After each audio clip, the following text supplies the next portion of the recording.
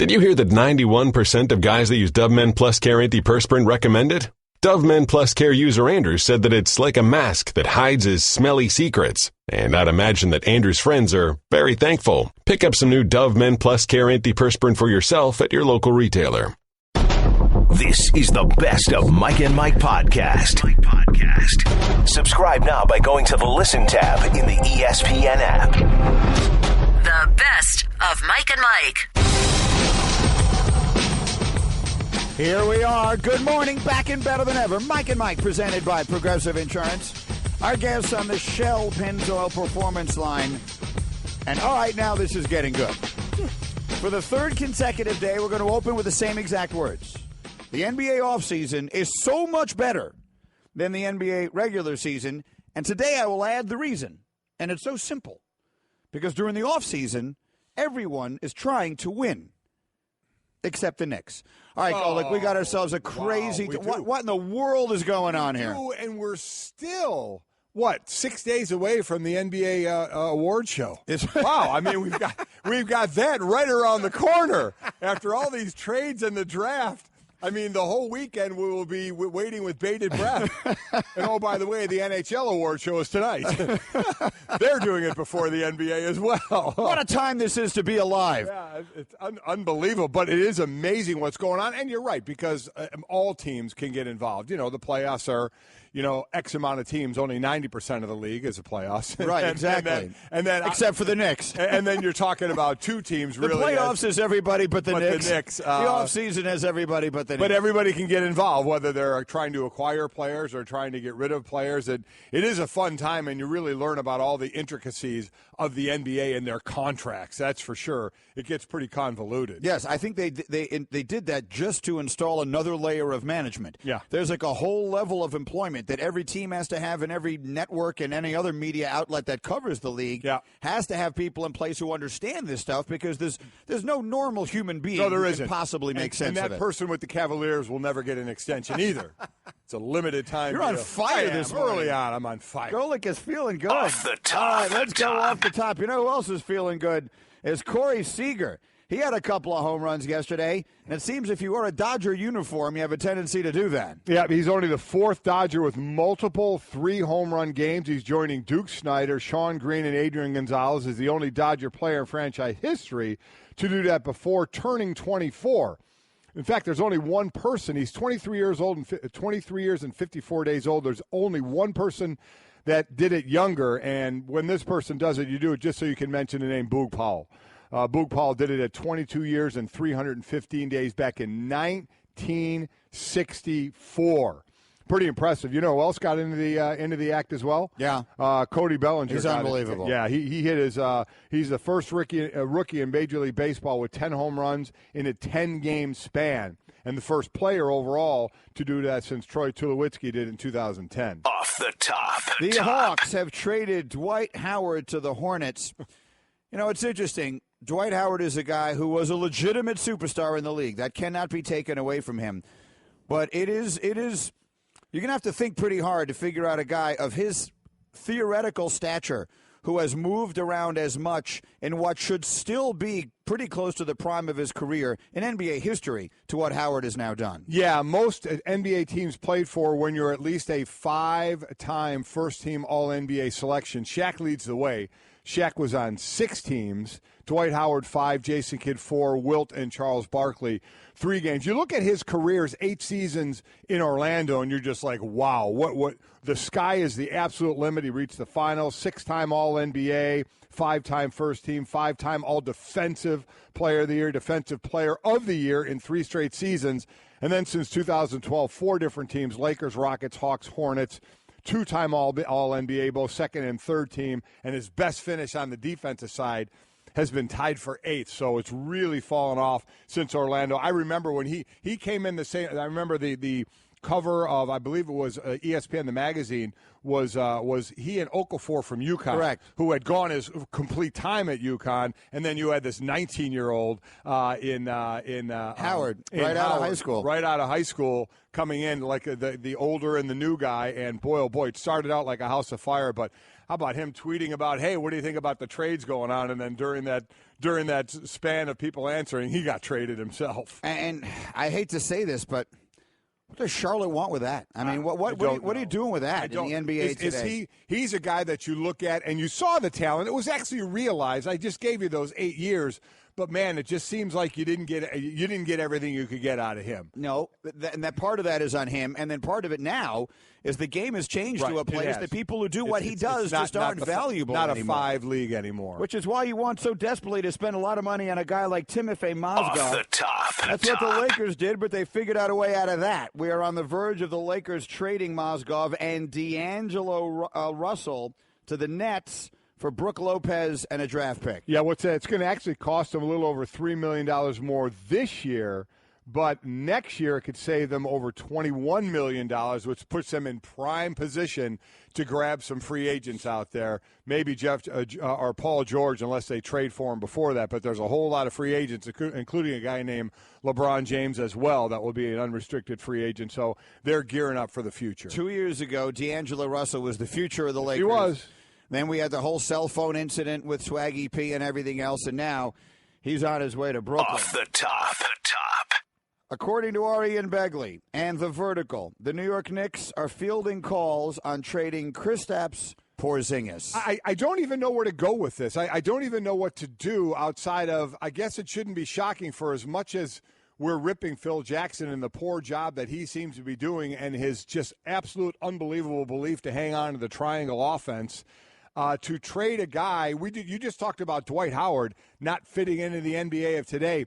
Could this guy fit in anymore? A 7-footer who can play away from the basket? I mean, this is the league now, and you have a guy, and he's, 15 years old? I mean, are you serious? So, I mean, if you want to try and build, isn't this a guy you build around? I don't get it. I don't understand it one bit. Someone please explain it to me. I will tell you something that I think should answer that question in a moment. Off the top. With definitiveness and clarity. But one more for you here. The Vertical reporting initially that the Spurs' Pau Gasol plans to opt out of his contract, which may not sound like enormously huge news, but in a few minutes you're going to hear Brian Windhorst tell you, of all the moves made yesterday, it might prove to be the most impactful. Yeah, opt out of a $16.2 million deal. He's going to re-sign with them, but he's going to save them money. He's going to save them money so they can do some work. That's what this is all about right now, is getting yourself and your team some cap space to make some moves to try and compete with Golden State. Exactly right. And that is a very busy Off the Top with Mike and Mike, presented by Progressive Insurance.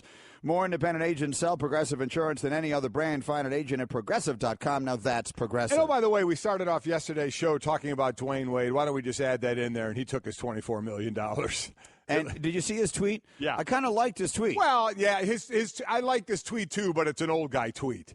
I mean, he is an old guy. Well, he is an old guy, but that's what they do. Boy, if I had the stats, now, when I was younger, I'd be making a ton more money. Well, okay, so would a lot of people. Well, you know what? You're a better man than I, because I think that about you all the time. So Dwayne Wade tweeted, 18.3 points a game in 29 minutes on 43% shooting at 35 years old. If I'm 25 with the same numbers, I'm getting $150 million. Hashtag fading, hashtag petty. I do like the hashtag petty. So he's doing it with a wink. I know he is. He's also made $200 million. That's exactly right. Nobody's feeling sorry for him, but that's the way it is. As I said, you don't dribble the ball off your foot. You're making $10, $12 million, and here's a guy, he's right. A different time, and he would be getting one of these ungodly contracts. Well, the truth is that you were a starting defensive tackle on a defense that yesterday Football Outsiders named the best defense in the NFL in the last 30 years, the 1991 Philadelphia Eagles.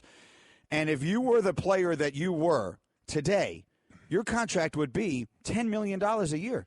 It would. I look at it more because, I'm not the player. I look at it more of the time of just missing. When my last deal, I made under $100,000 for 3 years before I even cracked $100,000. My last contract with the Miami Dolphins was $750,000 on a 2-year deal I only saw 1 year of.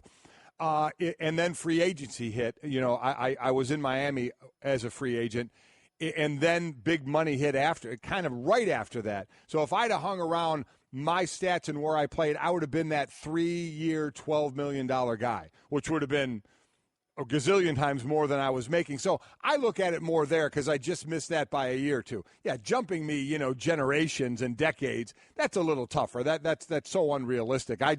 I look, man, if I could have hung on for just a few more years, maybe I could have gotten a little more, but hanging on for 30 more years would have been tough. Well, I don't think it was I think, you know what? I think with your workout regimen, you think you so? Cut out the cupcakes. I think you had a fighting chance. If I went gluten-free a little earlier? That's really where you missed the boat. All right, let's go through this stuff here. Let's just quickly start with the deal that 100% got made, all done. It's happened, and it involves a big name and a big man, although really not, unfortunately, a big star anymore, and that's Dwight Howard. Here's Brian Windhorst with his thoughts on the trade of Dwight Howard to the Hornets. Dwight has been the victim of injuries. He's had back injuries, he's had knee injuries, so his athleticism has diminished, and the game has changed away from him. But this is a really good value move for the Hornets. They actually wanted to sign him in free agency last year, and they ran out of cap space. They get him for two guys in Miles Plumlee and Marco Bellinelli, who were going to be bit players for them. And they get a guy who's going to be in the middle. And Steve Clifford, their coach, has a good relationship with him. He coached him in Orlando and L.A. He's a defensive-first coach. One thing Dwight Howard can still do is play defense. So he comes in here, unlike in Houston, unlike in L.A., unlike even in Atlanta, with low expectations. I actually think he's got a chance to find a home in Charlotte. Okay, find a home, but how's he going to play? Well, exactly what will he be? That's the question. The most important point that Windhorst made there, I thought, was at the very end. He's not coming in there now with the whole world saying, well, now they've got him, so that X will happen. If he just shows up, finds a role, if he's content to just show up and find a role. This last year, his numbers weren't so bad during the regular season. No, they were not. But everyone made a big deal of the fact that in the biggest moments of the playoff games, he wasn't playing. And that's because you can't. They played a tough 6-game series in that first round with Washington, and you can't play a guy who doesn't do what he doesn't do and also can't make foul shots in big moments of games. So, that was what he seemed to be frustrated by. But if your expectation of him as he's going to come in, he's going to start, he's going to be a rim protector, he's going to play defense and get rebounds and score 12 points a game for you, and that's all you expect of him, I think he can do that, right? Yeah, but let's go. The Rockets, when he left the Rockets after they didn't choose to re-sign him, the Rockets saw a 14-win improvement. And the Hawks saw. So let's do that slower. So he left after the 2 years ago, and then this past year they won 14 more games than they had the year before. Than they had with Dwight Howard. And the Hawks had Dwight Howard on their team this year, and they won 5 less games than they did the year before. Right. And listen, you can't put it all on one guy, but there's still the numbers out there, and you're looking at a Charlotte team that was 10 games under 500, missed the playoffs by 5 games. So. Okay, we'll see. His again, as we talked about, his 5 style isn't the style of the NBA anymore. He is a rim protector. We'll see what he brings. They obviously did it for a reason. The coach is familiar, as Wendy said, with him. We'll see where it goes. This was a deal that involved a name, but a deal that I think, from the league standpoint, as far as the competition level is concerned, is pretty inconsequential. And then there's one that would be enormously consequential. If you're watching us on television right now, you see behind us the logo of the NBA. And I know Jerry West has said lately that he doesn't like being the logo, and someday they'll change the logo. When they change the logo will be of someone who is 7 feet tall shooting a 3. Yeah. It doesn't matter who it is, but that's what the league is now. Kevin Durant falls into that category. And all other great players in the league will fall into that category. And when you get one of them, you hold, and especially when they're 21 years old and seem to have a lot of life and fun and all that charisma and everything else in the world, you hold on to them for dear life. A miracle has befallen you. And then the stories come out that the Knicks are actually willing to trade Kristaps Porzingis, and the whole league and the whole world goes completely crazy. Now, let me sort of try and calm everything down a little bit. Do I believe the Knicks are going to trade Porzingis? I do not. And I guess I say that only because I can't believe it. My initial reaction to it yesterday when the story broke on Twitter was, the best way for Phil Jackson to get fired tomorrow is to tell everyone in the world he's going to trade Kristaps Porzingis today. Because the one thing I have to believe James Dolan wouldn't let him do, for all of the, you can do whatever you want, ask Phil. Right. You're the football guy or the basketball guy. You can't trade that guy. I mean, you cannot trade away Kristaps Porzingis. And let me make this as simple as I can. If you put Kristaps Porzingis in this year's draft, where would he go?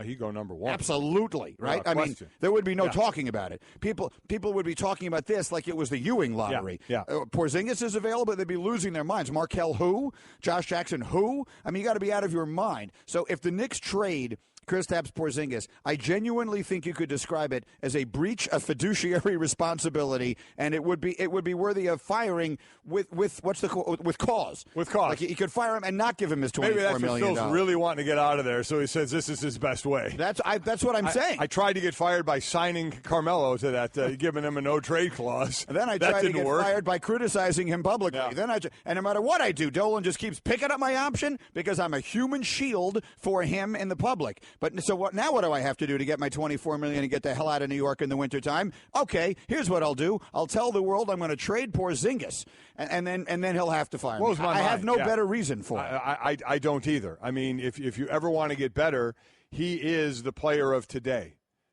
There's no way you can get rid of him. You just build around him, however long it takes, and hope he doesn't want to leave.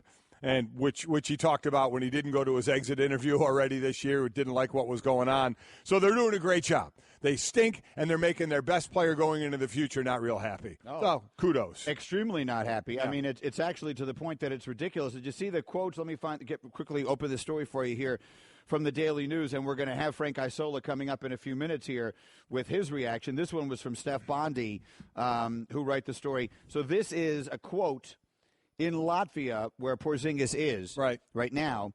His brother, Janis, I hope that's how you pronounce it, Janis, works with the agency that represents Kristaps Porzingis. And this is his quote. Despite how the Knicks are treating their players, Chris wants to stay in New York. That's a direct quote from his brother. I mean, he's putting that caveat. Despite how the Knicks are treating their players, Chris wants to stay in New York. He loves the city. He loves the fans. He wants to win with his team. If he's going to be traded, he's going to play out his contract and decide his future on his own. So they're smart enough to know. We're telling the world he's not signing any place. You want to trade for him, you're just getting him for the moment. He's going to play out his rookie deal, and he's going to wind up someplace he wants to be. He wants to be in New York, and he knows he'll outlast Phil Jackson. Yeah, he will. And listen, he is what he has been able to do there, and the thought of trading him. And we're talking again about another team that it's the Knicks, so it's a big-name team, but it's inconsequential. They're a bad team. They're not going to be good for a while. You want to put this in and start to throw it to a team that matters. Celtics have a ton of assets. Yep. Boy, what a time to throw them all to try and get that guy. If he truly is on the trade block, go get him. I mean, can you imagine trading him to a team in your division that, in theory, is your historical rival? No, but I couldn't imagine his name coming up in trade talks. If his name ever came up in trade talks, it should have been immediately squelched. Are you kidding me? We're not trading this guy. He's untouchable. You know how we always say, always answer the phone? I'm not answering the phone if you call about him. But that's not being said. So you know what? You throw what you can at the Knicks and see if you can get that guy. There are two players in NBA history who had 1,000 rebounds, 150 made threes, and 100 block shots through their first two seasons. One of them is LeBron James. The other one is Kristaps Porzingis. The list is now over. Now, blocks didn't become a stat until 1973, and threes didn't come into the league until 10 years after that, and we all understand that big men didn't start shooting threes until recently. This is not to say that he's better than Wilt Chamberlain. It is, however, to say he's overwhelmingly the best thing that has happened to the Knicks in 15 years. Yeah, one of the biggest things is he is as I said, the game today. He's the 7-footer who can move and play away from the basket. This is where we are. And it just stuns me. And if I'm Danny Ainge, forget the call. I'm driving to New York, and I'm saying, Phil, let's sit down and talk. Let's hammer this deal out. here's my roster. Who do you want? Exactly. I mean, the Celtics are a really good team. Three pick. They were the number 1 seed of the Eastern Conference. There isn't a player on their team you wouldn't trade for him. No, and you'd give up the number 3 pick in a heartbeat. He's better than any player that might get drafted there. We're going to continue with all this in a moment, but I did want to get this in early because you're going to love this. Mike and Mike brought to you in part by the free 18 Birdies app. Make your phone the best club in your bag. I just came across one story. Golf Digest. You know how much I love Golf Digest. Yes, I do. So I'm going through some of the stories about Brooks Koepka winning the U.S. Open this weekend. And, caddies, on average, receive 5 to 10% of their players' earnings. Mm-hmm. And with a good finish, they usually get a higher cut of that. So, for example, Michael Greller, who was Spieth's caddy, made over $2 million that year that Spieth won all those tournaments. So they interviewed Ricky Elliott, who was Brooks Koepka's caddy, after Koepka won at Erin Hills. The payout for Koepka was $2.16 million. Yep. So the estimation is that Elliott is going to get north of $200,000. Only 1.5% of Americans make that in a year. Mm-hmm. Elliott just made that in a weekend. Right. And so they asked him, what are you going to do with your share of the money? You want to hear what his answer was? Does it involve food? Pretty close. The only thing you like even better than food. He said, I'm going to go buy a 12-pack of Heineken. There you go. That was his response. Oh, he's going for the big beer. Now, one small problem. Brooks Koepka's sponsor is Michelob Ultra. So we had a little bit of an issue there with the caddy-player agreement. Yeah. Right? So the caddy is supposed to sort of, you would think he would know that. He's walking behind him or next to him and standing there at all times. Yeah. It says Michelob Ultra right there on his shirt. So you would think that he would have known that, but whatever. He's got $200,000 that he made over a 4-day stretch of time. And he is going to go buy himself a 12-pack of Heineken. Let me tell you what, that Heineken will never taste so good. The best of Mike and Mike. Crazy morning we got working here. NBA offseason. It's their best season. It's actually the best part of the NBA calendar year. Amazing, because so much has to get in before the draft even happens. Yeah, so. And as you said, we got the celebration. Monday night after the draft, we can all sit down, take a breath, and get ready for the award show Monday night. But really, the regular season is all about the resting and the tanking. The postseason was a foregone conclusion. Mm-hmm. The off season is pretty good. Yeah, it is. We got a lot of action. We got a lot of intrigue. We got everybody actually trying to win. It's sort of a delightful little respite from the mundane part of the year where they're actually playing basketball. Yeah. Mike and Mike presented by Progressive Insurance. Our guests on the Shell Pennzoil Performance Line.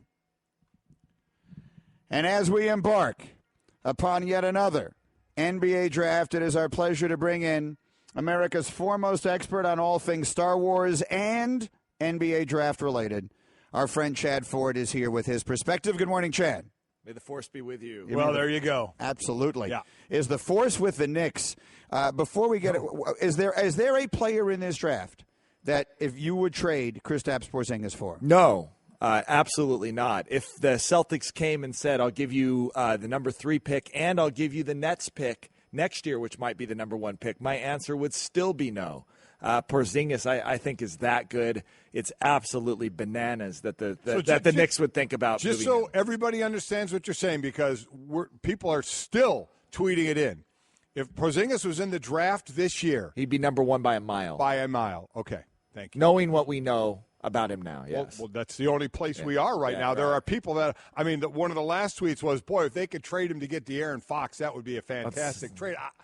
I don't get it. I don't understand what people are thinking. I think this is part of the draft, though. I mean, it was the same thing with Paul George for the number 2 pick. Look, we put so much on these draft prospects. They can be whatever we want them to be, right? Because they haven't actually played yet in the NBA. And so I have Lakers fans saying, there's no way I'd give up the number 2 pick for Paul George. And I'm like, Paul George is a top 15 player in the NBA. We hope and dream and pray that Lonzo Ball someday down the road might be a top 15 pick in the NBA, or a player in the NBA. But I wouldn't give up the number 2 pick either, because George is going to go there next year. I'd roll the dice. I would roll the dice. I would try and steal like they're doing. They're not giving up Ingram. They're not giving up the number 2 pick. I would try and lowball them and steal them if you can. If not, wait till next year, because I think he's going there anyway. Look, I agree with that, but there is a risk there that I don't think we're talking about. And it's 2 things. One, there's a player here who's telling the Lakers, I want you to trade for me right now. Right? I want to play in L.A. I'm a superstar. I want to go there. For the Lakers to say, hey, I know you want to play for us, but we don't want to give up any assets for you, so just go hang out somewhere else for a year and wait. And by the way, we won't get your bird rights because of that, which means we're going to have to pay you about $40 million less. And by the way, go play with LeBron James in Cleveland, maybe compete for another title, maybe even win another title, and then decide, hey, I'm going to leave $40 million on the table, go to L.A. And play with all these young guys. I mean, that's a risk on the Lakers' part, too. And I think that it is. You have to consider that. Yeah, because not only might he decide he likes it in Cleveland, but it also opens the door up to a lot of other possibilities. Who knows what's going to be going on with the Clippers by then? They didn't bring in Jerry West for no reason, right? Jerry West is the closer. Jerry West is the guy who brought Shaq to the Lakers. He's the guy who brought Kevin Durant to the Warriors. And I read a column yesterday that suggests, Chad Ford, that Jerry West's job number one is to bring LeBron James to the Clippers. Yes, and I think that we're starting to see the writing on the wall there about what might be next for LeBron. Of course, the Lakers would like to be in that sweepstakes as well, and it's part of the reason that they gave away D'Angelo Russell as part of that Mozgov deal, is not just to clear the way for Paul George, but to clear the way for two max contracts coming into next summer. I mean, that's what the Lakers are up to, and there'll be a compelling case as well for LeBron. Cleveland fans are just looking at that wall that the writing is on and just saying, are you kidding me again? But wouldn't that be remarkable? Let's just play this thing out in a way that it could theoretically happen. Now, I'm not saying this is going to happen, but it could happen. Paul George could wind up in Cleveland this year. He and LeBron could play together. They could be great. They do seem to respect and like each other. They could play together. They could be great. They could even win a championship and then go together. Leave there and go together to the Lakers because the Lakers will have the money. I mean, it's just craziness, but that's where the league is right now. It is, though. I think that maybe the narrative will change in Cleveland if Paul George is there and they're winning a title there. I think part of this is LeBron's frustration with the owner again, frustration about what's the direction of the franchise. And I think that it's a little premature to say LeBron's gone to L.A. I think it's going to have a lot to do with what happens this summer and what happens during the season and whether LeBron feels like Cleveland has a path to continue to be competitive to winning an NBA title. I agree with that. I have definitely pumped the brakes. I know a lot of people are going down that road. I'm kind of in the not so fast, my friends, as far as LeBron taking off to L.A. Chad Ford is here with the Straight Talk, brought to you by Straight Talk Wireless, best phones, best networks, no contracts. Okay, I'm thinking about this, Chad. You just mentioned that Porzingis would be the number one pick if he were in this year's draft. Let's go back to the draft in which he was picked, number 4. Karl Anthony Towns went 1. Yes. If you redid that draft, he'd still go 1. Absolutely. Number 2 was D'Angelo Russell. The Lakers just basically gave him away. Number 3 was Jahlil Okafor, right, who averages, like 15 points a game, and they can't give him away. Yeah. The Sixers couldn't give him away to a team. It's crazy the way that a player like him, who once upon a time in the NBA would have been what everyone was dying for, All-star, has zero value now. The league has completely changed. It just has, and you're seeing that in the draft and prospects that in a normal draft a decade ago would be top 5, top 6 picks that are now struggling to get in the lottery now. The league's changed, and I think that D'Angelo Russell hasn't changed. I mean, he was considered a good prospect as well, but I think the Lakers were shocked. They were trying to get another top 10 pick, whether that was to select for themselves or to be able to give that to Indiana as part of the Paul George deal. There were no takers. They went into the back end of the lottery with D'Angelo Russell. No takers for D'Angelo Russell. Now, that's a little bit shocking when you actually look at his statistics, especially towards the end of last season. D'Angelo Russell actually had a pretty good year, especially in the second half of the season for a 21-year-old point guard. I think that's more about his reputation in the locker room or about him than it was him as a player. But, man, getting the 27th pick in Brook Lopez for D'Angelo Russell, that's shocking. As far as this draft, you had Boston with the number 1 pick. They loved it so much they traded it to go to number 3. Markelle Fultz still looks like he's going to go number 1, but is this kind of a sign of where we are in this draft that the Celtics felt, well, we know he'd be number 1, but we have a different guy in mind, maybe Tatum, that we can get at 3 for him. So does that kind of say it's not Markelle Fultz and then everybody else? It's pretty close amongst the top guys? I think the Celtics are in the minority right now in saying that Markelle Fultz and maybe Lonzo Ball aren't in a clear tier by themselves. I think most teams would have said Fultz and or Ball were in a tier all by themselves. The Celtics have not believed that all year, and that's actually been consistent. I think that's a message that Danny Ainge is now making up because they made the trade. He's been very consistent all year that's how he's seen it. I think Markelle Fultz is the best player in this draft, and But I would say with everybody in this draft, it's all situational. It's all about finding the right fit, the right team, the right coach. Markelle Fultz and the 76ers is a perfect match for him and for the 76ers. This is where he maxes out his career. This is where I think the perfect guy to play with Joel Embiid and Ben Simmons. The Sixers, it was perfect deal for them. I don't think he was as good a fit on the Celtics, and I think that was part of what they were looking at. Josh Jackson, to me, is the Celtics player. I mean, that's the type of player that Danny Ainge loves and that Brad Stevens loves, a multi-positional player that can get it done on both ends of the court, high basketball IQ, elite motor, can pass the basketball. His only problem, and this is a problem for the Celtics, is that he's not a good shooter. Right. And they have lots of players on that roster that aren't particularly good shooters. And again, the way the league's evolving, that is an issue. But, man, I love Josh Jackson. So you don't think it would be Tatum who can be that scorer? I think there's two reasons it could be Tatum. One is Josh Jackson's refused to come in and do a workout. He wants an assurance that the Celtics are going to keep the pick. Danny Ainge isn't going to make that assurance. And he wants an assurance that if he does come in, that he was the top guy on their board. So unless he screws this workout up, that's who they were going to take, right? Because people laugh at that, but these players risk injury when they go in to these workouts. They really do. He comes in and he tears an ACL or something that workout, he plummets in the draft. So you're only going to work out if you know that team is very serious about taking you with that pick. And I think you got to give the kid, and especially his agent, a little bit of credit. They're trying to protect him right now. And if the Celtics are shopping this pick around to everybody right now, and it's not even clear that they'd take him if he comes in, does he really risk a day before the draft coming in and going through an intense workout and maybe getting an injury? From the other side of that, from a team's side, when they see a player that doesn't want to come in, does that team think differently about that player? I think, especially with a team like the Celtics that are so good at scouting, and Danny Ainge is probably the most active general manager in the league at getting out and scouting all these guys,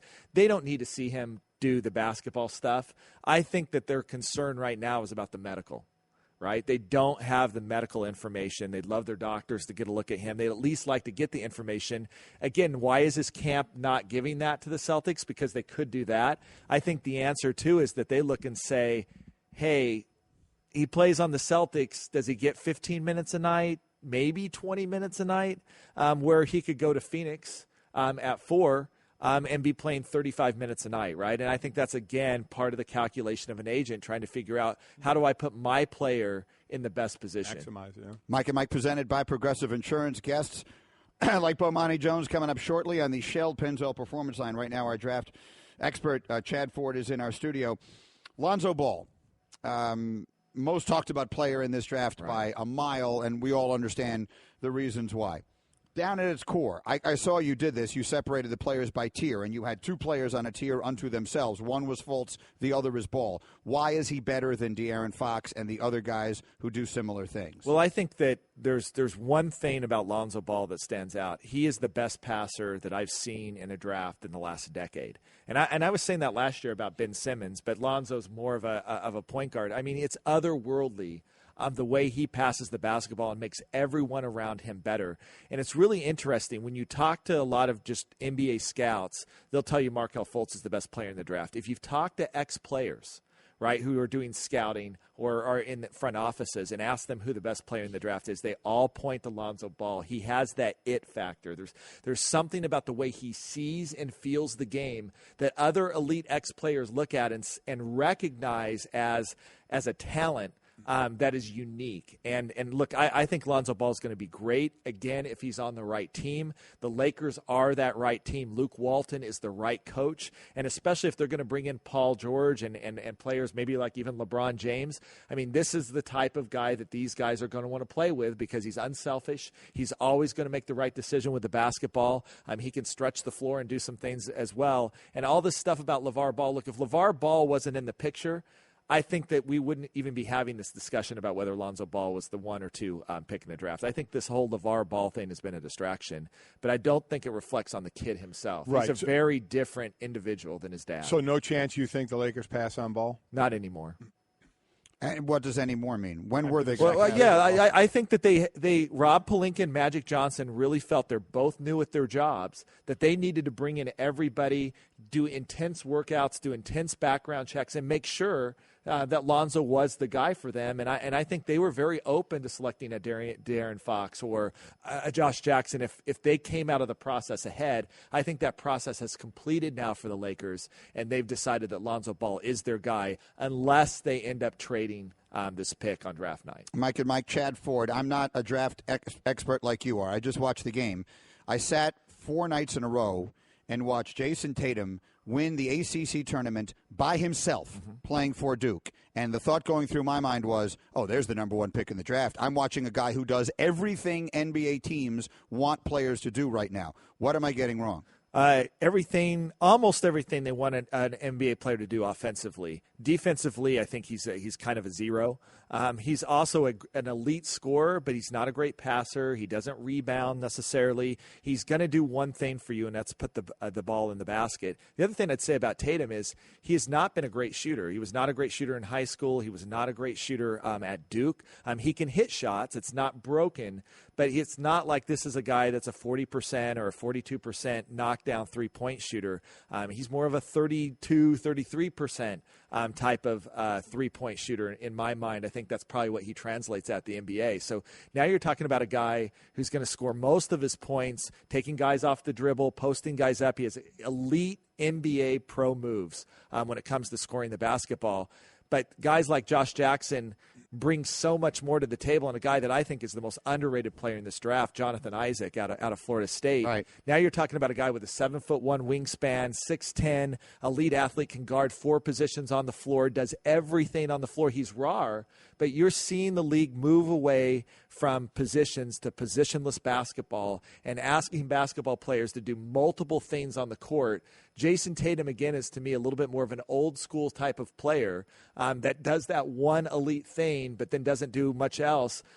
And, the Warriors would put 4 guys on the floor that could do 3-4 things each as a player, and I think that's what makes them so attractive. So outside of that, this 4 or 5 people we keep talking about over and over again, who's the guy going at 7 like Steph Curry did, the guy going at 11 like Klay Thompson, not necessarily doing what they do on the court, but that can maybe grow and whatever they're good at, we go, wow, okay, we didn't see that one coming. Why they weren't a lottery pick. Well, look, and this is also telling that this is a deep draft, right? The reason that we're talking about why is Jason Tatum 4 or 5 is because this is a deep draft, because there's other really good players in this draft, and we talked a little bit about De'Aaron Fox.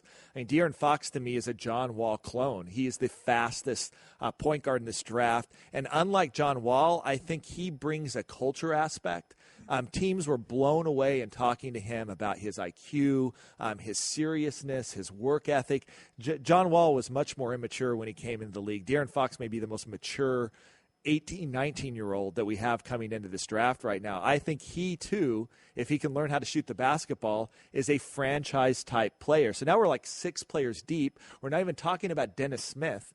Who is hearing a lot more about who's an elite athlete who measured with a 48-inch vertical at the Lakers workout and probably has only dipped because he tore his ACL his senior year of high school as well. And we're not even talking about Harry Giles, who at the start of his senior year of high school, before he tore his ACL, NBA scouts were telling me this is the best high school prospect since LeBron James.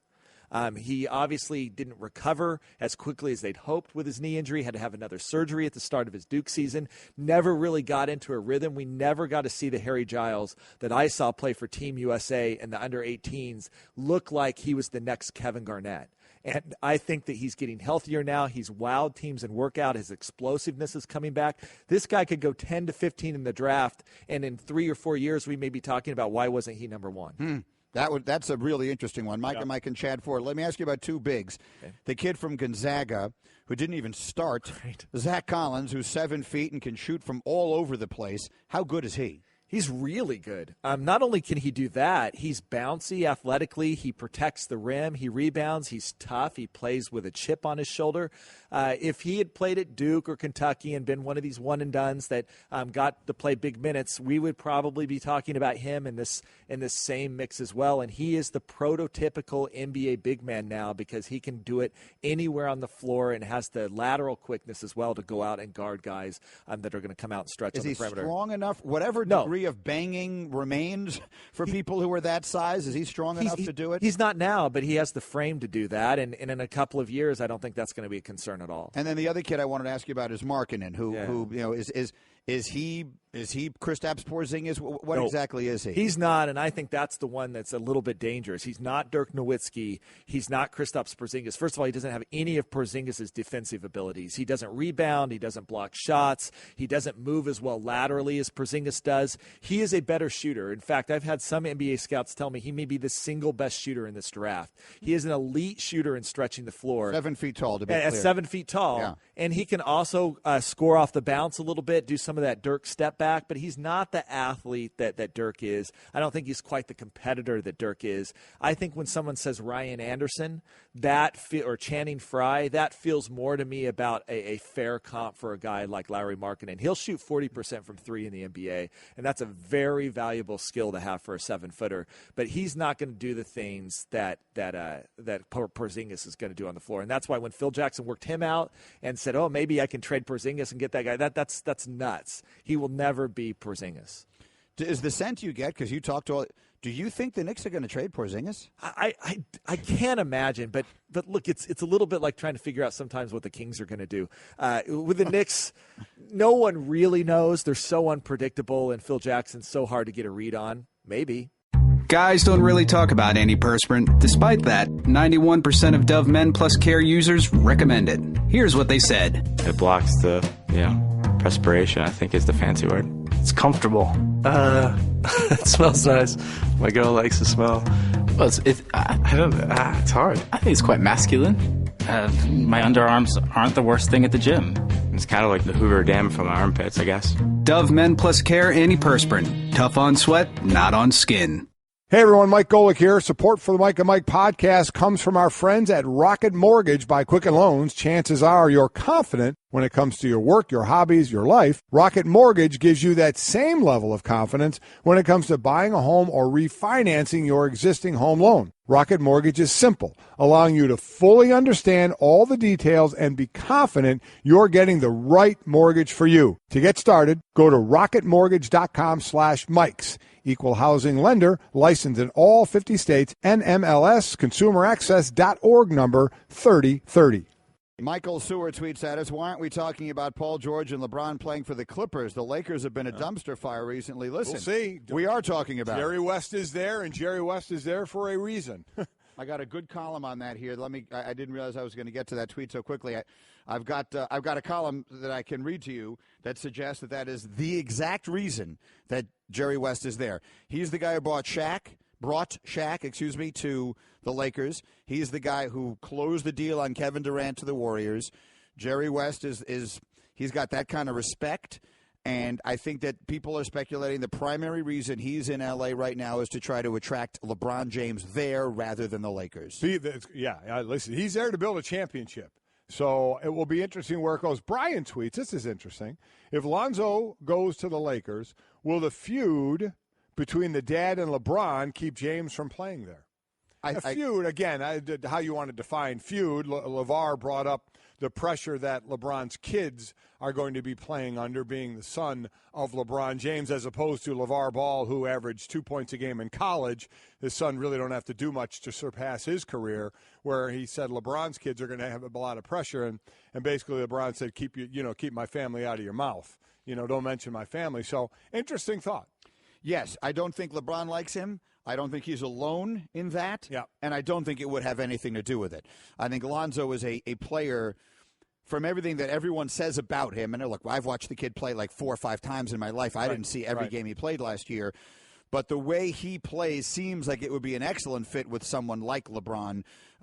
So I personally think that I can't imagine that LeBron James, who has his whole life planned out as thoroughly and completely as he clearly seems to, and has done such a good job with it overall, is going to make any decision based upon LeVar Ball. I just have a very hard time imagining that. And then 16 Rings says, do you believe that the Lakers will give the Warriors a run for their money if the Lakers get Paul George and LeBron? Depends on who else they get. Remember, LeBron will be another year older, closer to the end of his career. They have LeBron James now playing the best he's played. Kyrie, who handles the ball better than just about anybody in the league. Kevin Love, who had been certainly a star in the league, and now you're talking about a year older LeBron and a Paul George. Tell me who else you got. Otherwise, no. Why would we think that they would be closer to beating them without knowing the other pieces there than just saying you have LeBron and Paul George? Well, let's see who they have to give up along the way. Exactly. But if they don't have to give up that much along the way, and Brook Lopez is just coming there for a year. Brook It's Lopez, his contract they want. Then you have Lonzo Ball. We'll have a year under his belt of him, so let's not get ahead of ourselves. Brandon Ingram will have 2 years. Magic Johnson. Right. So let's They'll see. have a bunch of young kids. Yeah. So that's why the Clippers might be the more appealing option. Look, there's a lot of things out there. Let me very quickly, Sam Amick in the USA Today is the one who wrote this. Why Jerry West is key in Los Angeles. The grand plan, he writes, for West and his new Clippers colleagues, including Doc Rivers, etc., targeting the biggest fish in next summer's free agency, LeBron James. According to 2 people with knowledge of the situation, West's potential ability to improve the Clippers' chances of landing LeBron in free agency was a significant factor in his hiring and in the willingness of owner Steve Ballmer to pay West between $4 and $5 million annually. The people spoke to USA Today Sports on the condition of anonymity, blah, blah, blah. The point is that next summer, just listen to this. Yeah. Here's the people who will be free agents next summer. LeBron James, Carmelo Anthony, Russell Westbrook, DeMarcus Cousins, Paul George, Isaiah Thomas, Brook Lopez, and DeAndre Jordan. Yeah. Next summer is going to be a very interesting time in the NBA. Keep the tweets coming. 1-800-Flowers.com Twitter feed. Nothing makes a summer birthday or anniversary more magical than 1-800-Flowers.com. Right now, when you order a dozen multicolored roses for only $29.99, you get another dozen absolutely free. Go to 1-800-Flowers.com/ESPN. All right, wasn't this interesting, Mike? Yesterday we talked at some length and showed you the video of Anthony Rizzo of the Cubs taking out the catcher of the San Diego Padres on a questionable play. Right. And what we learned as the day went on, Joe Torre spoke to Rizzo, told him that he did break the rule, but that there would be no discipline. No discipline, no fine, no suspension, no nothing. And that, I think, is about the right answer as far as I'm concerned. That's fine. I had no problem with it, but we didn't think it was going to end there. And it didn't. Did you hear the comment from Andy Green, who was the manager of the San Diego Padres, when they asked him, because he was the one who had a problem with the slide in the first place. He said he thinks that's a dirty play and all the rest of that. So you and I both assumed, well, Rizzo's going to lead off the game tonight, and he's going to take one directly in the ribs. The manager of the Padres, Andy Green, said there would be no such thing. This is what I've always asked. What do you accomplish by hitting somebody? You accomplish nothing. You put a man on first base and you give him an opportunity to win a baseball game. You don't all of a sudden, gain the high moral ground because you chose to retaliate. You don't all of a sudden get to pound your chest because you were man enough to throw a ball at somebody's back. I think it's absolutely asinine to even take that approach.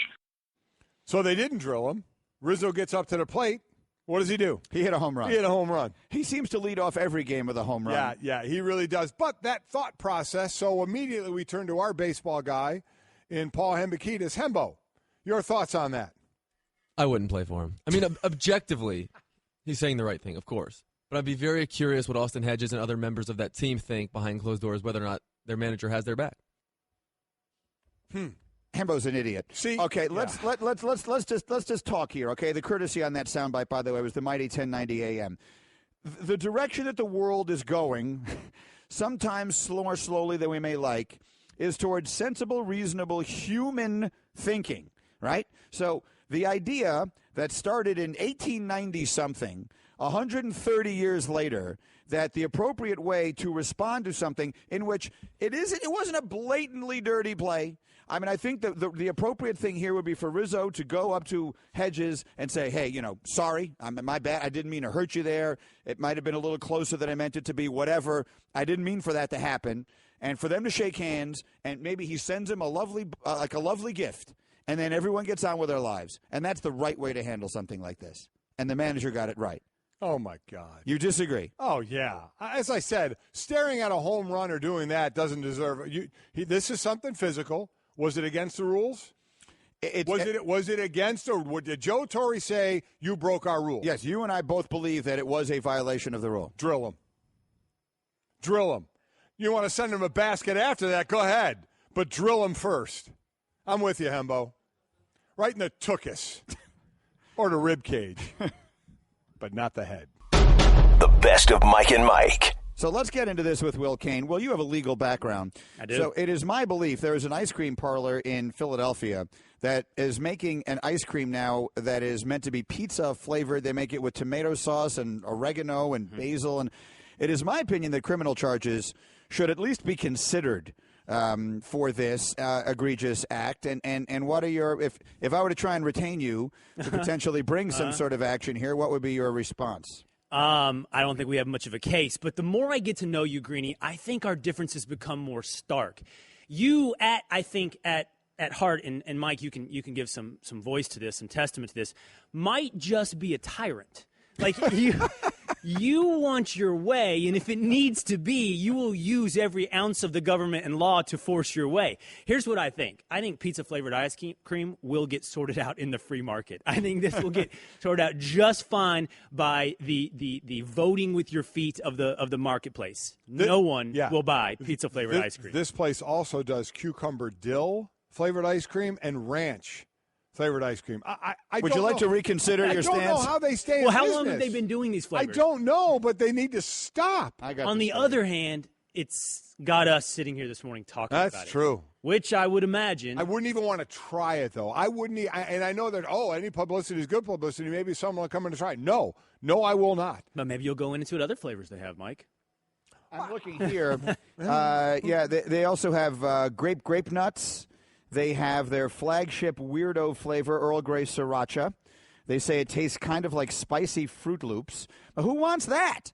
Who is sitting around thinking, you know what would be really terrific if we made Fruit Loops spicy?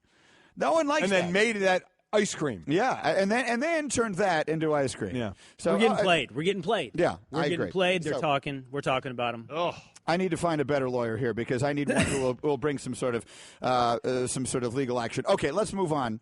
I want to finish up the conversation we were having about the baseball manager because, Mike, you took it in a direction I was not expecting. Mm-hmm. We'll let Will Kane break the tie. I'm going to play the sound again for everybody to hear. So 2 nights ago, in a play that was borderline illegal and, in my opinion, not dirty. Right. So the way I read the new rule about blocking home plate in Major League Baseball is we now have basically an understanding.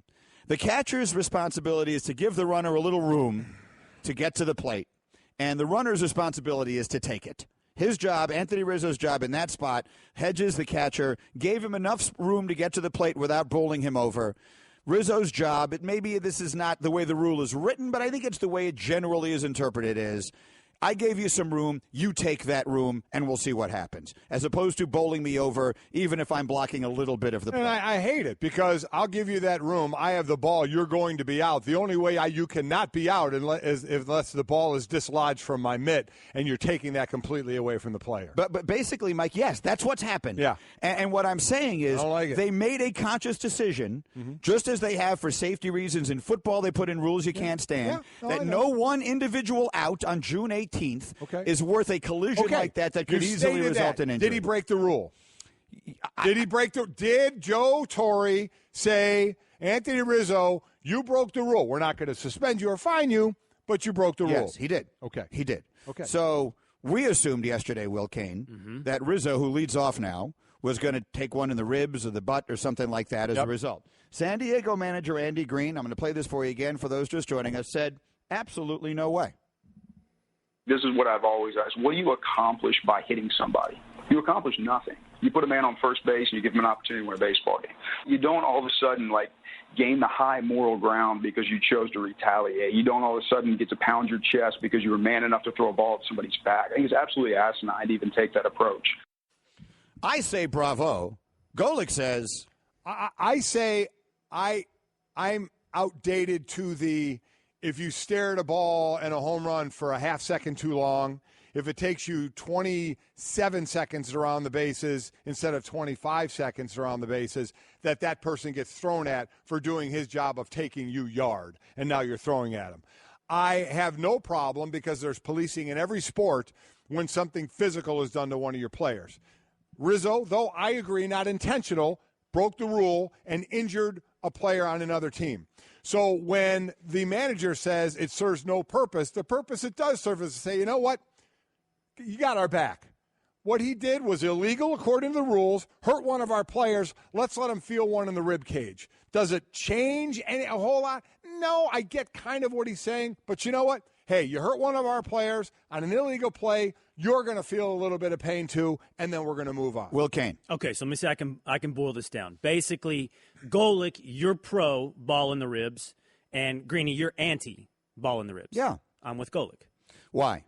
Well, here's the thing. Here's what I think one of the best parts of baseball is the culture of baseball, not the rules of baseball, and it certainly isn't often the action of baseball. It's the messy little gray areas of baseball. It's the self-policing. It's the unwritten rules. I like this working it out on the field. So if the players and a manager decide that's what needs to be done, I'm all for it. But let me offer you this. This is why I think San Diego shouldn't in this case and didn't in this case. It's that baseball has this culture internally where you can't stare at a home run, but you can play physically. And for much of baseball's history, running into the catcher to dislodge the ball was part of the culture. You're right, Greeny. There's a rule now that would discourage that kind of play, but it's still in the culture. It's different than sliding into second with your cleats high. Mm-hmm. It's different than staring down a home run, all of which would get a ball in the ribs. This traditionally was part of the culture, so doesn't get a ball in the ribs.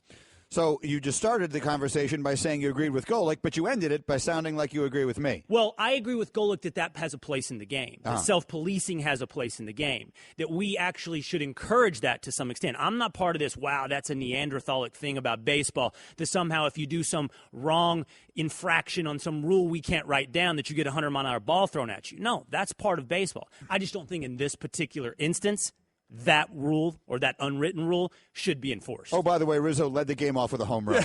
Again, we don't want to give him first base for free. It'll prove nothing as he rounds first on his way to home. Will Kane is here with the Straight Talk, brought to you by Straight Talk Wireless, best phones, best networks, no contracts. As it turned out, they would have been much better off putting him on first base. All right, there's all this talk about the Knicks trading Kristaps Porzingis. Will Kane, what say you? Okay, let's take our options here on Phil Jackson. What is Phil Jackson? I'm going to give you guys a multiple choice, and you tell me which of these is most likely.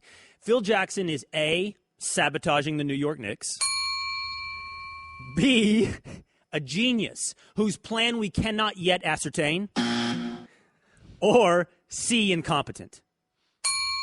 See, now, Greeny, I appreciate your work on the board, but I don't think you can be simultaneously sabotaging the New York Knicks and incompetent. One is a calculated move that takes some plan and foresight. The other is bumbling through the forest, bumping into every tree. Okay, let me take all of those in order. Let's start with this. Phil Jackson is an extraordinarily intelligent person. I think that he is. I really don't want to say this. I don't want to be on record as saying that I think Phil Jackson is trying to get himself fired, because down deep inside, that feels like something that's so easy to say. And the notion that it's really happening is such an indictment. I mean, that is such an extraordinary personal statement to be making about someone, that he is purposely doing his job badly so that he can walk away with $24 million. That I'm not going to say that. I refuse. I was joking around on the board, but I'm not going to say that. I am not going to have my name attached to that. Having said that, I cannot think of a better reason to trade Kristaps Porzingis, or better yet, to let the world know. Here's what I want to know. I want to know where the story came from, and we never will, right? Because these stories, as I try and say all the time, they don't make themselves up, right? The Adrian Wojnarskis and the Mark Steins and the Brian Windhorsts and the Ramona Shelburns, they get their information from people, from places, and those people have an agenda. There's a reason they want that information to be known. This isn't a bad thing. It's called the way the coverage of sports works. If this is indeed coming from the Knicks, if it is the Knicks side that they wanted this out there, I'm dying to know what the reason was. Why, if you are the Knicks, would you want it out there? I can't think of a more logical explanation than Phil wanting it to get out there so that the reaction would be so overwhelmingly passionate on the part of Knicks fans against it that something would happen as a result. I can't think of a better reason. I have no idea what's going on here. None of why it's out there, and if it wasn't started from the Knicks, why they wouldn't shut it down and say, I know you always answer the phone. I get that. But there is a part of you that says, okay, if you're not going to build around this guy, what are we doing? what are we doing? He's a 7-footer that plays the game today the way it's there's no more 5, so he is basketball today. So what are you guessing? Incompetent? I honestly don't know. I mean, because I'm with Greeny. It's tough for me to think that Phil would purposely do his job bad to get fired. Does he need $24 million that badly? Does he just not want to be working that badly? I find it hard to believe. His reputation is already taken a damning hit for the way from the management side of things. So I truly – because then I thought, is it coming from Porzingis' side? Are they getting it out there because he didn't go to his exit meeting? He wants to be out of there. But if that was the case, why wouldn't the Knicks shut that down? So I can't figure it out. Okay, well, I don't think Phil Jackson is incompetent. I think he has a plan to some extent and is attempting to execute it. So I'm going to take his resume, his history, and take incompetence, even though it's largely as a coach. His resume towards building a team, I'm just going to take incompetence off the table. I don't think that's it. So it's either sabotage or genius that we can't yet see. And I lean towards sabotage. I mean, only because it's the most logical, as you both have pointed out. But I'm trying to keep my brain limber here. I'm trying to, be the devil's advocate and see the other side of this coin. And I think the answer to what Phil could be trying to do in putting this news out is one of two things. One, you guys have talked about this morning. He's sending a message to Porzingis. The one thing we keep doing is analyzing Porzingis as a player, and he's great. Certainly he doesn't compare to Lauri Markkanen, the guy from Arizona who's 7 foot, the best shooter in the draft, shoots over 40% from three, yet doesn't rebound and doesn't play defense. Porzingis does all those things. So they don't compare.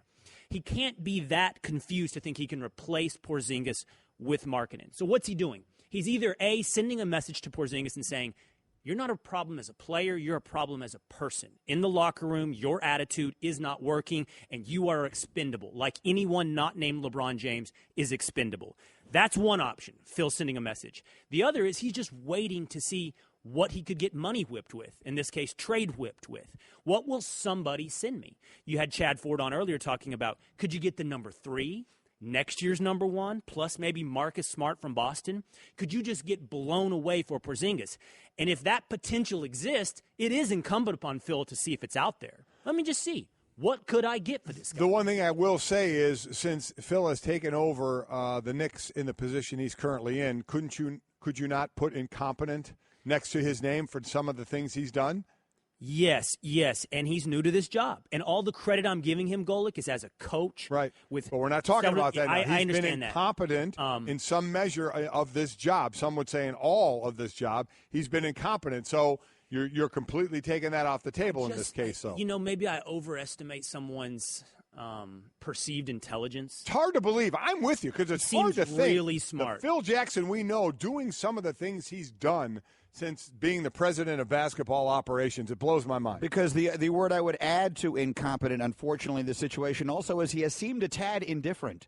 He doesn't seem like a person who's willing to do all of the work that we perceive to be required of this. Danny Ainge has the same job that Phil Jackson has, right? Danny Ainge is everywhere at once. He's in gyms scouting high school players and all that kind of stuff. Phil Jackson sometimes seems like he can't be bothered to actually do this job. Which leads me back to the first option, which is sabotage. Maybe he just doesn't want this job, and he's trying to find the most lucrative way out of it. And if that's the case, then that's about the most damning one. And again, that's why I'm not willing to go there, because it's so overwhelming. If you really, it's one of those things that's easy to say, hey, he's just trying to get himself fired. When you really stop and go there, it's quite an enormous accusation to make. So I'm not willing to make it. But the mere fact that it is as reasonable to say as it is in and of itself bottom line, a real major quickly, problem. If there's a team that's going to blow them away, be the Celtics. Imagine the Celtics with Porzingis on that team. Give up the picks. You got a ton of them, and that's what they're there for. There's no number 3 pick in this year's draft that come close to what Porzingis has already done on the court, at least now, at this point. Unless they think they can get Anthony Davis. That's the one that stays out there in my mind. Mike and Mike presented by Progressive Insurance. You can test drive Snapshot even if you have insurance with another company. See how much you can save before you switch. I have a 2-part question for you, Will Kane. All right. Part 1 is, will LeBron James ever win another NBA championship? And part 2 is, if so, will it be in Cleveland? He will not win one in Cleveland. I'm very comfortable with that prediction. Will he ever win one in his career again? I'm going to put my money on yes. Look, But yeah, I think it's amazing, by the way. Greeny, you talk about how exciting this offseason is. And by the way, the offseason in every sport is underrated. It's when we all get to play GM and watch it play out before our eyes. I love the offseason. I love trades. I love drafts. And I think I'm like every other fan out there. Offseasons are awesome. Now, this NBA offseason is particularly awesome. That being said, it's still the same storyline. There are two centers of the NBA solar system, LeBron James and the Golden State Warriors. And to some extent, you can say LeBron James is the sun that even which the Golden State Warriors revolves around. Any story we do, whether or not it's Jimmy Butler to the Cavs or Paul George potentially to the Lakers or the Lakers trading Timothy Mozgov and D'Angelo Russell, every story is an offshoot of what does LeBron do? How does this affect LeBron James? It is the only story in the NBA if you boil it down to the headwaters of the river. How can we get LeBron James, or how can we overcome LeBron James, the guy who's drug 7 straight teams to the NBA Finals? I think that is absolutely astounding. Even the Dwight Howard story, which is tangential in some way, is an offshoot of the Golden State Warriors changing the game of basketball, who, oh, by the way, did so to overcome LeBron James. It's simply amazing that one man has this effect on an entire sport. I'm amazed at you and others that think LeBron will go to L.A. and beat Golden State, because by the time it happens, he's at least 2 to 3 years older than he is right now. And who's he matching up with in L.A.? So Paul George goes there. Great. You got Lonzo Ball. What will he be in a year? We have no idea. That's going to be better than what he has in Cleveland right now with Kyrie Irving, one of the best ball handlers there is. Kevin Love, whether they trade and get Paul George in Cleveland right now or Jimmy Butler. We're to think in 2 to 3 years, and now the Golden State guys, starting with Durant, are doing things to keep that team intact for the next 3 or 4 years, that he can build a team in L.A. that's going to beat Golden State in the West. I think that's crazy. He's got a better shot in Cleveland, A, to get to the finals, to even get to Golden State, and have a chance to beat them. How much of that is because you're from Cleveland and you want him to stay in Cleveland? None. I mean, it really isn't. Tell me the team he's building with the Lakers. No. The point I made was this. Greeny asked, will he ever win an NBA championship again? And you said yes, and not in Cleveland. That's right. So, L.A. Well, we have a long career ahead of us still, Golic. I don't think he has only 2 to 3 years left in his career. It could be 5. I mean, why couldn't it be 10? Tom Brady's extending his career into his 40s. LeBron James is similarly a once-in-a-generation athlete. How many champions have won after 32, Green? Very few. Jordan is the last of the really great ones to win at an age older than LeBron is now. So my rebuttal to you, Golic, is two-part. Number one, those Warriors will be older 2 to 3 years as well. They're all in their 20s now. Still, they'll be older. Will they be intact? And you're assuming... Will they stay together? They'll still be in their prime. The second part of my rebuttal is this. You're only seeing LeBron James as the player he is today, as the centerpiece of a championship team. Greeny's question was, will he ever win an NBA championship again? I get to extend that into his indefinite length of his career and whatever role he wants to play, which includes possibly taking less than the max, which includes playing for, let's say, just to pick one from a hat, a Los Angeles Lakers team centered around Lonzo Ball, another star of the future, Paul George, and role player LeBron James. I like my bet of getting one championship again over the lifetime of his career over never. I don't think mine's crazy. I think never is more crazy. I love it as well, but it's going to be in Cleveland. Okay. Well, I am not buying into what everybody's saying that LeBron is all of a sudden going to be in L.A., where now he's in the same conference as Golden State, thinks he's going to put together a better team. Here's a guy that knows about his history. His history right now says he can go to 10 straight finals. And be an 11 overall and maybe pull out another win, because you never know what may. He's going to get there if he stays in the East. And you never know what happens with Golden State. Is there an injury or something like that to give him a better shot to actually win a title? I would just say LeBron's history also doesn't suggest he marries you. He dates you, even if your name is Cleveland. That is very true. At the age of their last championship, just to give you a handful of some of these all-time stars, we looked it up one time. Jordan was 35, so he's the one guy who was older. Kobe at his last title was 31. Bird was 29. Magic was 28. How old was Kareem? Well, he was much older, but that was really Magic's team by the end. That's what I'm saying. We can project LeBron into some role other than centerpiece of the team, a la Kareem was later in his career. That's fair, if he wants to be that. That's the one thing Kobe never wanted to be. Remember, I thought that's what Kobe would do. I thought Kobe would get himself surrounded by a bunch of really good players where he could just be a piece to the puzzle, and he didn't want to do it. We have no idea if LeBron will want to do that. LeBron is a guy, he could go either way.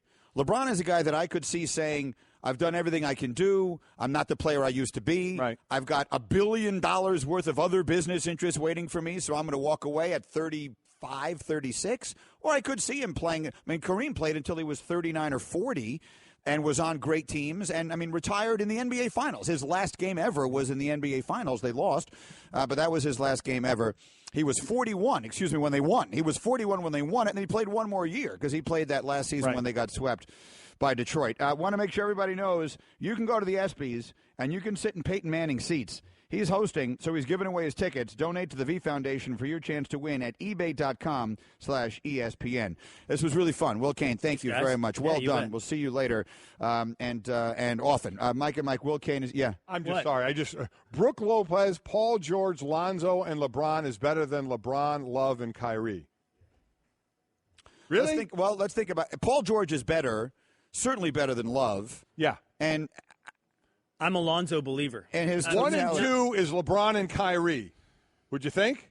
Or is that group? Is Paul George better than Kyrie Irving? With Paul George, he can do more things. Kyrie Irving, purely as a scorer, is a better player. But George is a trillion times better defender, and he's more versatile. So go LeBron, Paul George, Kyrie. Right? That's 1, 2, 3. Let's see what Lonzo is. Who the heck knows? We don't know. It's too soon to say. Okay, a lot of people think he's going to be great. Can I ask you a question? Ask. I was just thinking about this. Mm-hmm. The Herschel Walker trade is the one that we frequently hearken back to as the most significant trade we've ever seen. Jimmy Johnson, for those who don't remember, had a superstar running back named Herschel Walker, and he traded him at a time when he was, people thought he was the best running back in the league, and oh my God, how do you trade Herschel Walker? He got an enormous amount back in the deal, and he used all of those picks to put together the guts of teams that won 3 championships. It was a great trade. Incredible what he did. He got players, but if they weren't on the team, he'd get draft picks. He cut the players, got the draft picks, and just built championships. And so obviously you got to get all the picks right if you're going to make that pay off. Right. But he did, they did, and they were a dynasty in the 90s. The last real dynasty of that era of football when teams stayed together, so pre-Belichick. So that's the trade by which all these others, I think, are frequently measured. This trade the Celtics made, where they got all these picks from the Nets for Kevin Garnett and Paul Pierce, at a point in their careers, and Garnett is walking into the Hall of Fame, Pierce is walking into the Hall of Fame. They're great players, and certainly Pierce went on to have some good years there and in Washington and the Clippers. But they traded away 2 guys who were clearly not going to be a part of anything significant they were doing anymore. Right. And look what they got. They got a king's ransom. And they keep getting. It's not over yet. No, it's not over yet. So what we have to do is we have to wait, just like we did with Jimmy Johnson when we all thought, oh, my God, what's he doing? To, oh, there's a Super Bowl. Oh, there's a Super Bowl. And while he wasn't the coach in 96, that was the guys he all got together as Barry Switzer got the Super Bowl. So we have to see what Danny Ainge turns all this into. For what it's worth, Danny Ainge, who I think is great. I think he has done a great job in Boston. He has been the Celtics general manager since 2003. In that time, he has drafted 38 players. Can you guess how many of the players that Danny Ainge has drafted have made an all-star team? How many of the 38 players, just take a wild guess, of the 38 players Danny Ainge has drafted, how many of them has made an all-star 20. team? 0. What? Of the 38 players Danny Ainge has drafted in Boston, none of them have made the All-Star team. The last Celtics draft pick to become an All-Star with the Celtics was Paul Pierce. Really? Who was drafted in 1998. Holy smokes. Yeah, that is what it is. Now, he's turned those picks into a lot of different things, and they've moved around, and they've gone in other places. But the last guy who was drafted by the Celtics who became an All-Star as a Celtic was Paul Pierce in 1998. Wow. Take it for what it's worth. Yeah. Again, I think he's a terrific, has done a terrific job and is a terrific general manager. Mike and Mike were presented by Progressive Insurance, our guests on the Shell Pennzoil Performance Line. And let's fill in the blank, Mike. That's brought to you by Mahindra Tractors and Utility Vehicles. Mahindra USA, the world's #1 selling tractor. The staff has put together some sentences for us, and they have left out a word. Here we go. Number 1 on fill in the blank. New York City's worst pro sports team is blank. I do think it's the Knicks. I mean, for how bad they are and how are they getting better? Because they have a guy in Phil Jackson who's running the show who still wants to use the triangle and still thinks it can work. So what I'm thinking of is how bad you are. The Mets are sitting, 8 under 500, 31 and 39. Who can dig themselves out first? And that's not the way I'm interpreting the question. So now I'm going to need some clarification. I'm not interpreting the question to mean who's the worst right this minute. Because right this minute, the Jets are the worst. The Jets are going to be the worst team in the NFL this year. But I'm talking about who is overall, big picture, the worst team. And that it's the Knicks, and it's not even close. It's the Knicks, yes. The Mets were in the World Series 2 years ago. Yeah. The Yankees have been in the playoffs repeatedly as recently as 2 years ago and won the World Series in 2009. The Nets were in the NBA Finals twice since the last time the Knicks were even remotely relevant. The Knicks have won one playoff series since the Nets were in the NBA Finals. What team am I forgetting? The Rangers won the Stanley Cup. No, that would have been before that, but they were in the Cup final against the Kings however many years ago that was, 2 or 3 years ago. So, I mean, I think it's when you look at the Knicks and all of the built-in advantages they should theoretically have, and the fact that they have won one playoff series in 16 years or whatever it is, I don't even think it's close. I agree. I think it's the Knicks. Next, fill in the blank. Golic, it would be blank if the Knicks actually traded Kristaps Porzingis. I don't even know. Appalling? I mean, it would be a shot to the senses. I mean, unfathomable. I mean, pick a big word. Pick a quarter word. I mean, for how, to me, I think we're now. You have to wait and see what they got in return, obviously. But at some point, you got to stick with. I mean, you have a 21-year-old who fits the league now, who's a really, really good player, and that's who you build around, not get rid of. So you did that one better than I was just going to go with stunning. I mean, it's not very creative, but it just, I think it says what needs to be said. Next, the word or phrase that best sums up Dwight Howard's career is blank. Unfulfilled? Bomani got me thinking about that a little differently when he was talking about it. I believe Dwight Howard's going to the Hall of Fame. Can you say that a player's career is unfulfilled? You look at his numbers over the course of time, you forget sometimes how long he's been in the league. Been in the league a long time. I'm going to say I am going to agree with you, though, because he never developed into the offensive player that I thought he had the capability to be.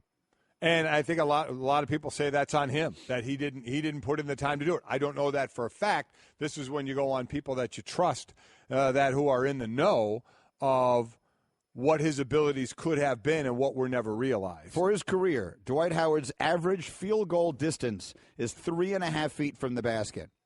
Now, again, you're going to make as many layups and dunks as he has in his career and putbacks. Yeah. It's going to bring that average down, and he's not a guy who's out there shooting threes. What were you going to say? As you see the game changing, sometimes you have to change your game with it. And he never. I don't know that he has the body to change his game. But was he a guy? Try? I don't know. I mean, I don't know. He's sort of your classic NBA big. He's the last one. I mean, he's the last successful one. He was never like.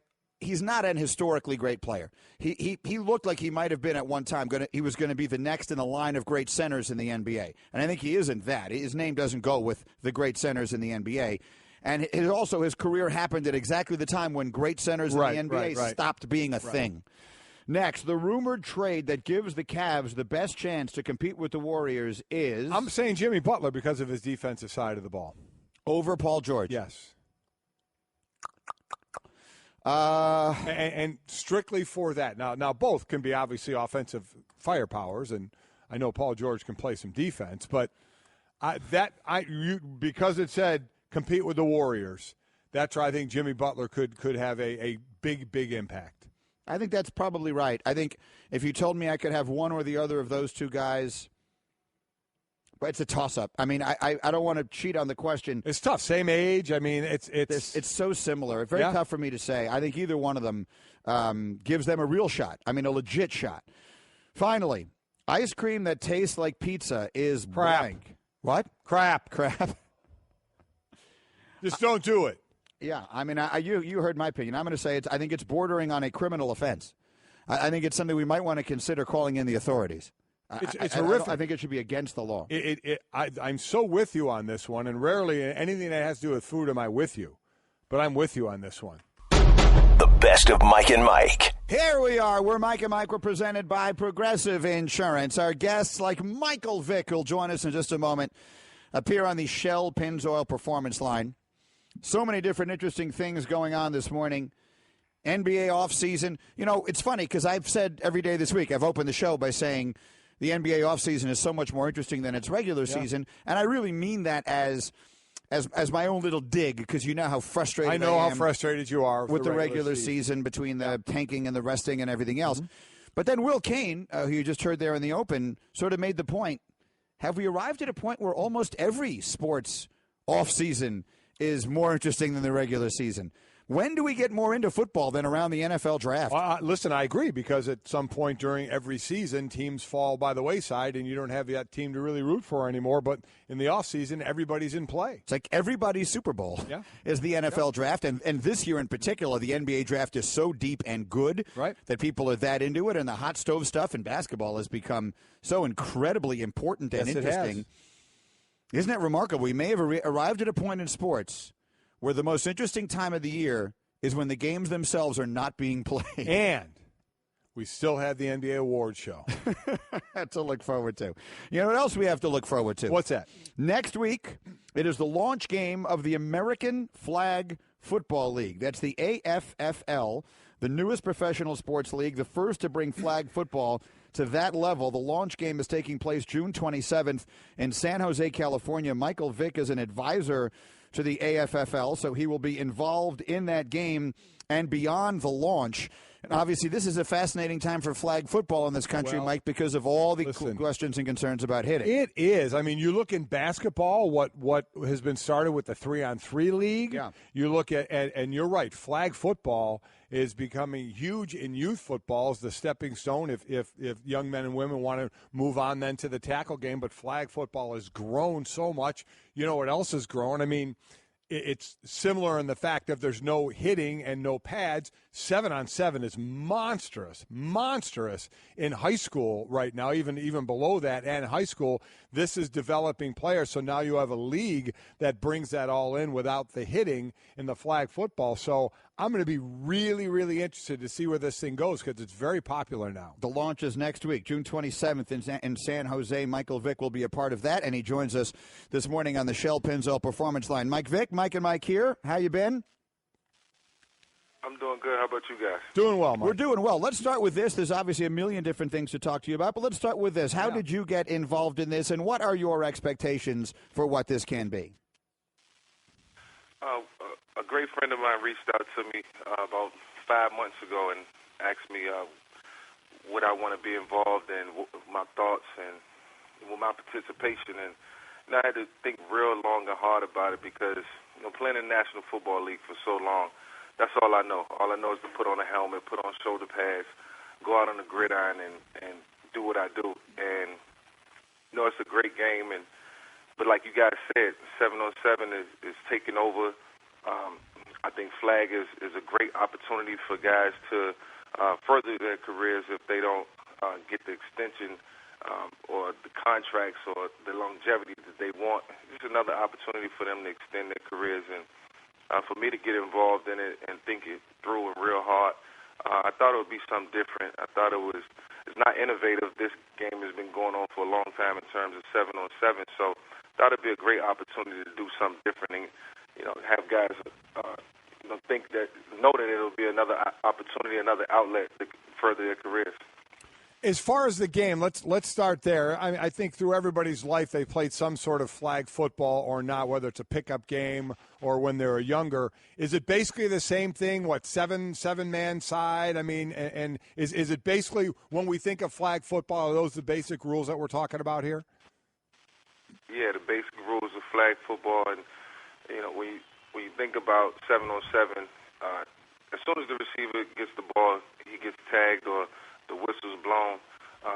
In any sport, whether it's whether it's college, whether it's the National Football League, or whether it's high school, now it's just one extra element. You have to grab the flag, or if not, guys get yards after catch or yards coming out of the backfield. So It's an interesting dynamic. It's going to be different. I'm real anxious to see what it's going to look like, what it's going to entail, and very glad that I got involved in this and anxious to see where it's going to go. We're talking to Michael Vick. What kind of players was the league looking for? Are you getting a bunch of former players, NFLers, college, high school guys who just missed those leagues and have never played? What type of players are you getting? We were looking for guys coming out of college. We were looking for former NFL guys, guys who are just athletes. You can be in the military. You can be just a standard citizen. And if you got talent, if you feel like you can play, there's trials, and this is the trial game. So for the most part, we got former NFL guys. So that's going to be very interesting, and I think that'll be great for the fans to see if guys still got it, So I'm very excited about it. The rosters are all set and ready to go, and we got some good football players that's going to be out there on the field. Information is at AmericanFlag.football, where you can see any number of things and also buy tickets for the launch game again, which is next week, next Tuesday in San Jose. One of the reasons I'm most fascinated by this, Michael, is with all the increased attention on head injuries in pro football, the notion that more and more young people, kids, might gravitate to this sport because there is there won't be all of that hitting. I'm just curious, through your career, which began at a time when no one was talking about this and ended at a time where it was a big part of the conversation, how cognizant were you of it, of head injuries? You were a guy who ran a lot, you got hit a lot. How cognizant were you of concussions and head injuries during your career?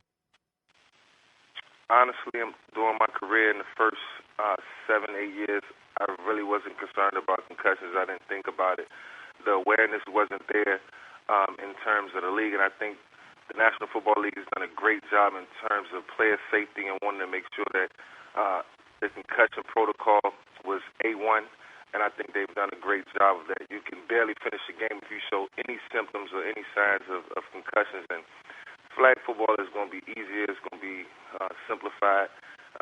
It's safe, and like I said, it gives you another outlet in terms of not playing in the National Football League. If guys come out of college and they don't make it, because 90% of the guys playing college football won't make it, and I think this will give them a chance to continue to dream. It'll give them a chance to still be visible, and I think you can't beat that. It's football in a different form, but at the same time, it's the game.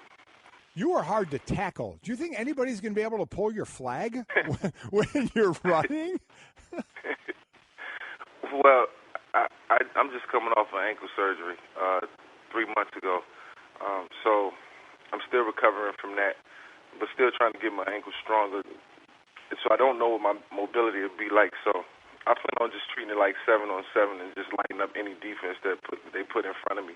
Because I was real good at that when I was in the National Football League and in college. So it's just going to be fun to throw the ball around. And just being honest, the fans, they love to see the passing game.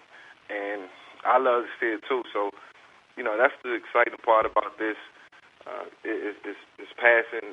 It's no tackling and maybe no handoffs depending on what the plays may look like. But, at the end of the day, I still might try to bust a move or two. I just don't know how it's going to go. Michael Vick is with us. He has the highest career rushing average of any player in NFL history, 7 yards per rush, the highest career average of anyone who ever played the game. Michael Vick is with us. I remember at the height of your stardom in the NFL, we had Brian Urlacher on one time, who at that time was one of the fastest and most athletic linebackers in the league. And I remember we asked him, if Michael Vick is running up the sideline, what are you doing? He said, I'm going to do my best to take an angle at him. Who was the one guy? Who was the one guy you least wanted coming after you? If you broke into the open and you're running up the sideline, what one player during your career were you most concerned might catch you or might get an angle and be able to do something with you running up the sideline? Well, for me, it was always Brian Dawkins. It seems like he was one individual who always knew where I was going to be at all times. And Jim Johnson, the great, was always game planning to stop me. And for whatever reason, Brian Dawkins always found a way to put his helmet on me and make sure that I was aware of where he was at all times. And it was so fun to play against them, but at the same time it was scary. But I had a great time, and Philly was always the team that I could never get past to get to the Super Bowl. But hey, it was all because of one guy. I think multiple guys, but Brian Dawkins was really the guy who spearheaded everything on that defense. Yeah, he will hit you and you will feel it, no doubt about it. Michael Vick talking with us, signed on to play in the launch game of the American Flag Football League. The launch game takes place June 27th in San Jose. Before the Super Bowl, you wrote a great piece for the Players Tribune describing your journey over the past decade from, time in prison to the end of your football career. So over that time, I mean, what did you get out of writing that and laying it all out there, and what have you taken away from all of it? It was just a moment where I wanted to be as open and honest as possible. I felt like I left a couple voids in the city of Atlanta in terms of football and what I could do on and off the field. And it was just a moment where I was so proud of the team and the organization and where they went in the city. I didn't have anything to do with nothing in terms of their journey last season, but I just wanted to show, my respects to everybody and just really recognizing the hard work that had been put in over the years and whether the team, how far the team came, and the city in general, and just the love. And when I go back, how they treat me, and I just thought it was a great time to release the piece. I didn't know it was going to blow up the way it did, but it was certainly a great opportunity and a great time to do so. And just some things I wanted to get off my chest, and I'm glad I was able to do so. How do you think, for the most part, you will be remembered for your time in the NFL? I think for the most part I'll be remembered as a guy who, just gave it my all at every single down, and probably could have played longer if I wanted to, if I would have protected myself a little more, but that just wasn't in my DNA. Had a lot of opportunities and a lot of potential. I played on some good teams and played with a great group of guys, and you always see, if you cut on the film, me giving it everything I had, whether it was 1st and 10 or 3rd and 1. You was going to get everything that I could give, on the field. So it was just it was an exciting time for me in my career. I'm glad that I accomplished the dream that I wanted to accomplish in my life. And I think at the end of the day, when people look back, they'll say this guy was one of the guys who, revolutionized the position, made the quarterback position more relevant, and just did some different things. So I think that's good enough. If I get enough kids, want to continue to look at me as a role model in whatever way, shape, or form, and idolize the things that I was able to accomplish on and off the field, I think that's most important. Again, if you're interested in tickets, the AmericanFlag.football is where you can get tickets for the AFFL launch game, again, next Tuesday in San Jose. Michael, good luck with this. Nice talking to you. Enjoy the summer. I'm sure we'll see you again. All right, thank you. I want to encourage the fans to come out on the 27th, man. It's going to be a great day. Looking forward to it. Thanks for having me. Good fun. Thank you. Mike and Mike presented by Progressive Insurance. That's Michael Vick with us there. Such an interesting, the career arc with the ups and the extraordinary downs. We did a Heisman commercial with him. Yeah. A Heisman commercial with him. Correct. And hands on the Heisman. Then to see where the career has gone, obviously the jail time with the dogfighting and coming back from that, and the what he felt from a lot of people, the fans, the protests and such, of what he had to overcome, and certainly injuries at that point going forward as well. But what a career! The ups and downs of that have been absolutely incredible. He's a perfect example, in my personal opinion. This is where you're going to get into an area that some people are going to get angry. When people do bad things, really, really bad things, as he did, there are two things that I think you need, people expect to see happen. One is there to be a price to be paid, and he most certainly paid a price. He did. He went to jail for multiple years, and he lost an enormous amount of money. Yes, and what he did was horrific. And he doesn't pretend otherwise. No. That leads you to the second part, which is, for me, and I'm not comparing what he did to some of the other things we typically talk about, but it's just you put all of these really bad things into a pot and say, when you do something that goes well beyond, speeding. Right. You want to see a person who genuinely seems to understand the magnitude of what they did and is doing what he or she can to make it better, to make amends. In my opinion, I know there are people who will never forgive They'll him. never forgive When they him. hear Right, his name, right. anytime you or I, you know this, you can do a speaking engagement, his name comes up. There are people out there, and I'm not telling you have to. Absolutely not. However you feel, you feel. But in my opinion, I think he has done an extraordinary job of showing true remorse and contrition for what he's done and for trying to now be part of the solution to a problem, of recognizing that this horrible industry, I don't even know if industry is the right word, but this phenomenon that exists out there that was infinitely more common than I had any idea it was until this happened, you know, the ways he has gone about trying to make that better. Because you know the second you put him on, you're just going to get flooded with these tweets. Without a doubt. And that's all they're going to talk about. Again, not my job to tell you what you should or shouldn't think. What you but want. that's my opinion. And he seemed to, I wasn't there. I don't know all he's done, you know, the remorsefulness and the sincerity and all that. He to your point, he seems to have, and he seems to have gone about showing actions toward that as well. And everybody gets to decide however they want to decide. He paid his debt, what he was supposed to society. He got another opportunity, which he is allowed to do. Someone has to give them the opportunity. He was given the opportunity to continue to go and to continue to play. And everybody can feel how you want. I agree with you. He seemed to be remorseful, and he certainly seemed to do all the right things. But I wasn't there. I don't know everything that he did. What I do know was horrific. What the crimes that he went to jail for, and that's what you do hope. I agree with you. You hope that there is remorse for that, and you hope that you can try and be part of the solution. You know, since for that time being and what you got convicted for, you were part of the problem. There was he has done a lot of things, and I want to look them up here because I remember looking into this when he signed with the Jets. Well, that's the one thing. He has not just talked about it. He's done a lot of things. It's the one things. thing that you do. We always say you can say whatever you want, but what do your actions say? You know, you can sit there and say, I'm going to do better, this was wrong. You can say it all you want, but what are the actions? And he certainly has put together actions that would say, you know, he was remorseful for what he did. Still, we'll continue to say there are people that will never forgive him, and that is absolutely your right. But at least in what we talk about is doing things to show that you were wrong and putting, you know, your actions where your mouth was and not just saying it. He certainly seems to have done a lot of that. I'm not finding it as quickly as I wanted to here, but he has definitely done things. He hasn't just talked about being part of the solution. He has actually done them, and I will find them in the next break. Meantime, I was also thinking I was primarily thinking as we were talking to him, and I just saw some of the reaction that still comes.